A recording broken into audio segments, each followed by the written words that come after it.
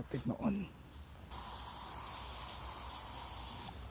Tama, Malabar spinach and tomatoes and Malabar spinach. Tanim po natin yan. Cilantro,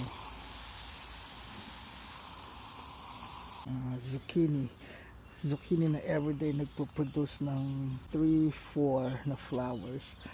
So kinokolad ko. Yun po isa. Kinokolad ko. Kinakain ko parang bulaklak ng kalabasa. Then Malabar spinach ulit. And then cherry tomatoes na ano. Potatoes. You?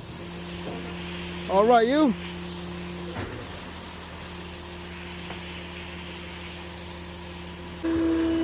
Another tomatoes. Mahilig po tayo sa kamatis.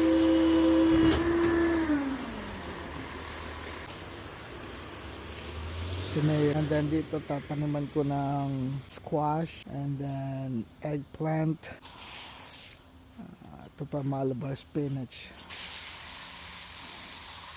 Ito tomatoes, cherry tomatoes na pinapamigay ko kung sino gusto. Nag-start sa seedlings yan. Tinanim ko. Napamigay ko dahil sobrang dami dahil mahilig ako sa kamatis.